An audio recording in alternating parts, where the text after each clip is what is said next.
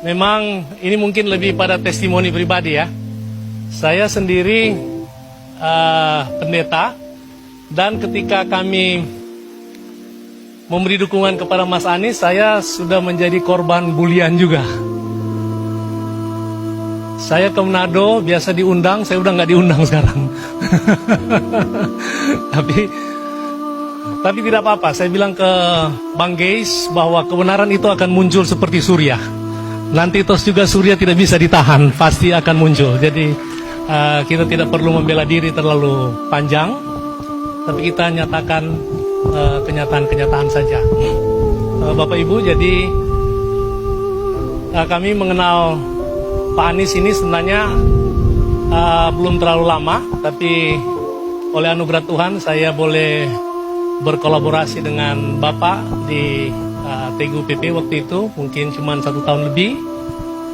Tapi saya punya satu keyakinan bahwa sekalipun saya dibully, tapi saya yakin bahwa apa yang saya lihat, percayai, itu begitulah Pak Anies. Jadi di samping banyak syarat, cerdas dan lain sebagainya, tapi bagi kami melihat Pak Anies itu ada satu ketulusan. Nah, ketulusan itu yang, ya mohon maaf saya lihat kurang dimiliki oleh yang lain. Kami melihat ini ada di Pak Anies. Dari sisi pendekatan kemanusiaan juga ini merupakan kekuatan beliau. Ya, saya contohkan, misalnya ada gereja yang di Lubang Buaya itu yang 40 tahun tidak dapat izin. Itu luar biasa. Besoknya mau izin, hari ini dapat keberatan. Pak Anies kumpul, kemudian kami pergi besoknya, waktu itu meresmikan yang gereja Katolik. Sesudah itu kita masih ragu-ragu apakah yang GPIB mau diresmikan atau tidak. Saya juga waktu itu ikut, tahu-tahu saya dikasih tahu, ayo Pak Anies ajak pergi ikut sholat dengan yang keberatan itu di sana. Jadi saya lihat, wah, jadi saya juga ikut.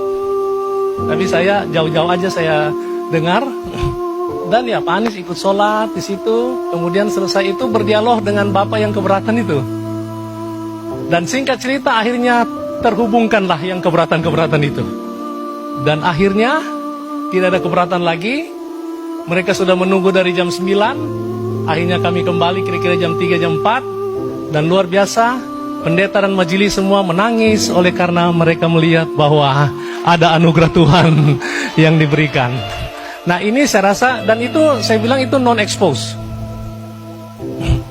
Jadi tidak di-expose. Itulah ketulusan yang saya lihat. Jadi kami melihat bahwa ya memang bukan pencitraan lagi, karena memang jadi spontanitas saja. Jadi yang kami ikuti, Pak Anies kalau dia mau menolong orang, dia sudah lupa kalau dia gubernur gitu. Pokoknya dia mau tolong aja gitu. Padahal dia boleh gunakan kuasa sebenarnya kan. Sebab yang keberatan itu mungkin RT, boleh tapi dia tidak menggunakan itu dan dia datang, berdialog dan semua aman. Jadi yang Dr. Tifa sampaikan, pasti Indonesia akan menjadi indah kalau Pak Anies pimpin ke depan.